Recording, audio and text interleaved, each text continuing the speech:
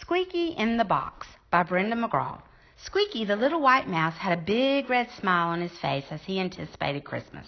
He was hiding in a small red velvet stocking, peeking out over its white fur and gazing at all his Christmas friends who would hang on the tree with him. Squeaky was an ornament. All the ornaments anxiously waited each year for the beginning of the jolliest season of all. It was Squeaky's favorite time of the year.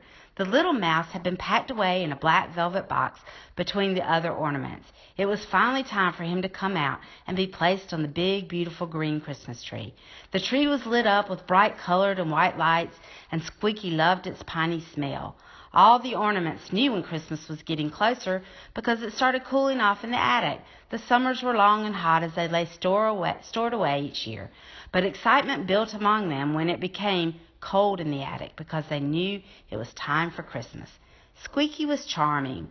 All the other ornaments loved him because he always had a smile on his face. He loved Christmas because he knew he would be touched by the little children in the house and seen by others.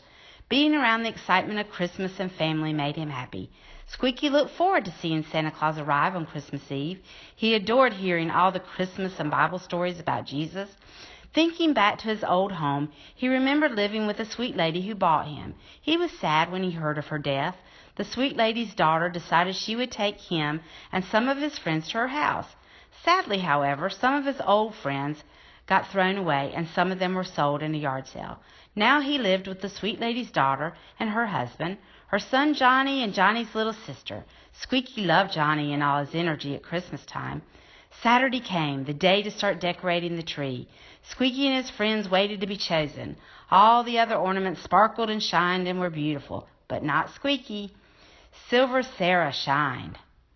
The gold and red cross called Grace sparkled. Rhonda was crimson and shatterproof. The little mouse was different. He didn't sparkle or shine. He was older and had dulled. Squeaky knew he might get put on the back of the tree, but thought, "It's okay. I don't need attention." His highest hope was just to be chosen, but maybe someone would notice him. All the ornaments were laid out on the table, and Johnny, his baby sister, and his mommy started gathering the ornaments one by one. "All my friends keep getting chosen and marveled over and placed on the front of the tree for everyone to see, but I keep getting passed over," said Squeaky. The little white mouse waited. Then all of a sudden, somebody picked him up. Johnny came over, looked inside Squeaky's box, and with excitement said, "Look, Mommy, why don't we put this one on the tree?"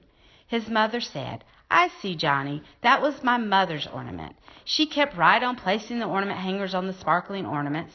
Johnny held Squeaky up and said, "Let's hang this on the tree, Mommy, can we?" His mother was silent.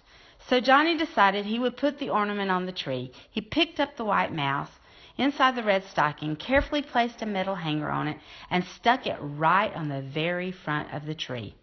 His mother saw what Johnny did and said, "I think that ornament would look better on the back of the tree." She took the little mouse off where Johnny had placed it and walked around to the back of the tree. "Why don't you place this one here?" Johnny said, "No, Mommy, I want this ornament on the front of the tree so I can see him every day. This little ornament is special." His mother thought the ornament was old and not as pretty as the other ones, so she didn't want it on the front. She attempted to talk Johnny out of it and handed him another ornament, moving him towards the front of the tree with it. Squeaky was left on the back where he ended up every year, but he thought, "At least I get to be on the tree. Some of the ornaments are left in the box. Some of my friends get left behind." The night before Christmas, when all was quiet in the house, Johnny snuck in and moved Squeaky to the front of the tree, where he could see Santa Claus along with all the other ornaments. Finally, it was Christmas Day. Johnny was thrilled when he woke up. He eagerly ran to get his parents to come see what Santa Claus had brought him and his little sister. Noticing that Squeaky was missing, he said, "Mommy, where is my ornament? How come you moved it again?" His mommy silently sighed. "Mommy, can I please move him to the front of the tree?" "Okay, Johnny," she said. "It's Christmas Day. I'll let you." So Johnny moved Squeaky back to the front of the tree at about 2 feet high, right at Johnny's eye level. Excited, Johnny started jumping around, looking at all that Santa Claus had brought him. Gloria was gold and shining on the front of the tree, big, brilliant, and beautiful. Squeaky says, I am so excited, even though nobody really notices me and nobody really cares about me. Gloria replied, Squeaky, I care about you. Squeaky blushed and smiled. I sometimes feel forgotten too, said Squeaky, but I know Johnny cares for me too. Johnny loves me, even though I'm not pretty. I'm not shiny, he said, even though I'm not always at the front of the tree. The story of Squeaky in the box reminds us of how much God loves us. We look at man's outside appearance, but God looks at us from the inside. Whether we shine on a daily basis at the front of the crowd or live life behind the scenes where only He sees us, God loves us. Regardless of whether we get chosen first or not chosen at all, He still loves and chooses us. Regardless of our color or beauty, God loves us. We can be like the little ornament named Squeaky and be content where God has placed us. We can trust that He sees us. God loves me and God loves you.